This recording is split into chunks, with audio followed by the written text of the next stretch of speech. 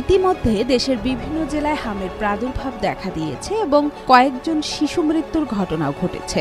হাম একটি অত্যন্ত সংক্রামক রোগ যা মূলত শ্বাসতন্ত্রকে আক্রমণ করে। আক্রান্ত ব্যক্তির হাঁচি কাশির মাধ্যমে খুব সহজেই অন্যদের মধ্যে সংক্রমণ ছড়াতে পারে। বর্তমানে দেশের বিভিন্ন স্থানে এই রোগ দ্রুত ছড়িয়ে পড়ছে।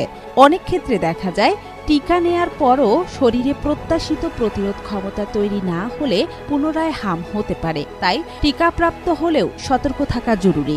এই সময় অভিভাবকদের কিছু বিষয়ে সতর্ক থাকতে হবে। কোনো শিশু জ্বর এবং শরীরে র্যাশ দেখা দিলে তা হাম হোক বা না হোক চিকিৎসকের পরামর্শ নিতে হবে। শিশুর শরীরে র্যাশ দেখা দেওয়ার দিন থেকে অন্তত 5 দিন অন্যদের কাছ থেকে আলাদা রাখতে হবে। এ সময় আক্রান্ত শিশুর খাবার, পানীয় ও অন্যান্য স্বাভাবিক পরিচর্যা অব্যাহত রাখতে হবে।